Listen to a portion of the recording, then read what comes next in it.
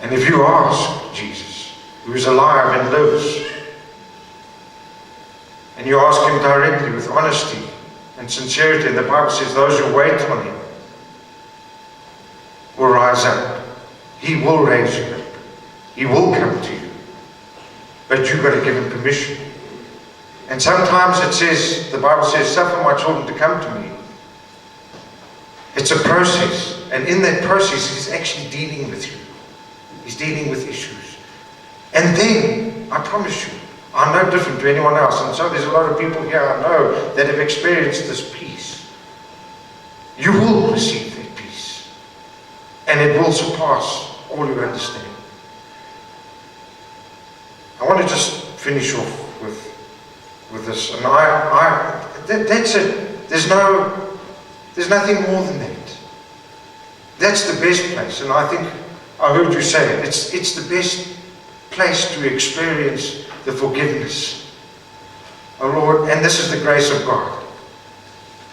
We can't do this. We can't give that. The rich young man who was asked to give up all he owned, that was his life. It worked for him. It was good for him. And he walked away very sad. And the disciples, they got it. They said, who can do this? Who can actually? And Jesus said, you can't.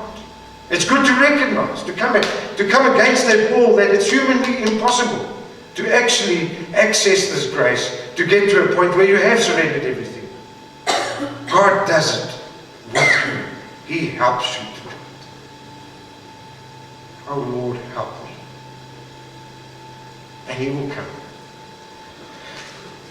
I just want to read Hebrews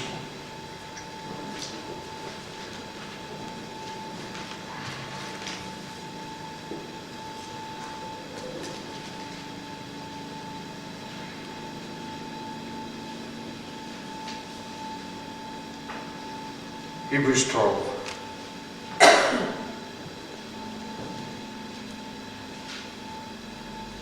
Therefore, since we are surrounded by such a great cloud of witnesses, let us throw off everything that hinders and the sin that so easily entangles. And let us run with perseverance the race marked out for us. I don't know about you, but at the age of 50 years old, I felt that I've exhausted every other desire inside of myself, and have truly seen and experienced that it does nothing for me. I should not have watched yesterday's rugby game. The Lions disappointed me, and I said to myself, and I knew it, I said to myself the last time I watched, the Lions played a magnificent game.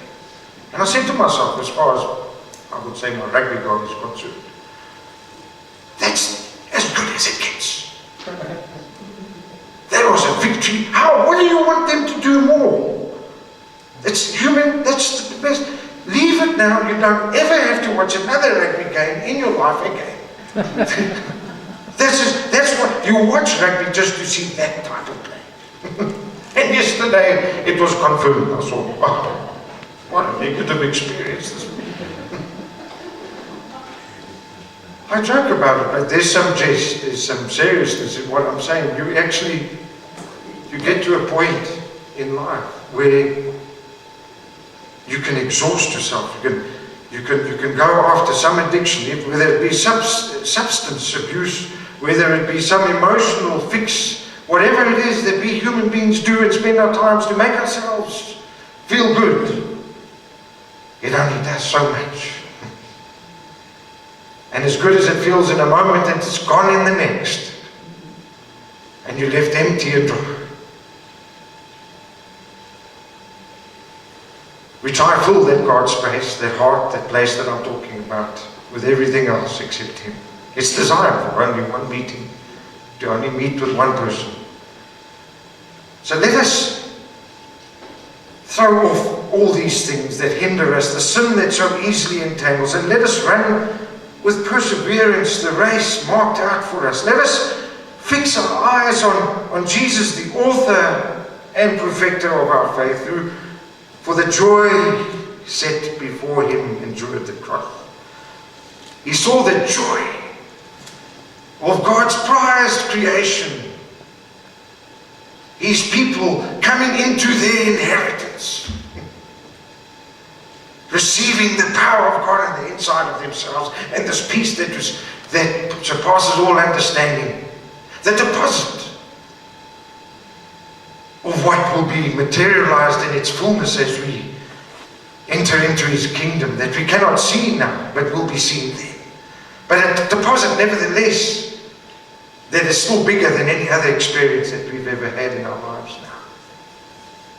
And he saw the joy of this happening. And because of that, he endured and he paid on the cross. He purchased our inheritance for us. Endured the cross, scorning its shame, and sat down at the right hand of the Father. Consider him who endured such opposition from sinful men, so that you will not grow weary and lose heart. In your struggle against sin, you have not yet resisted to the point of shedding your blood, have you now? And even if we're called to do that, he will not leave us. You will have victory even in that moment, as some are giving up their lives, even now as we speak for him. And you have forgotten that word of encouragement that addresses you as sons and daughters. My son, do not make light of the Lord's discipline, and do not lose heart when he rebukes you, because the Lord disciplines those whom he loves, and he punishes everyone he accepts.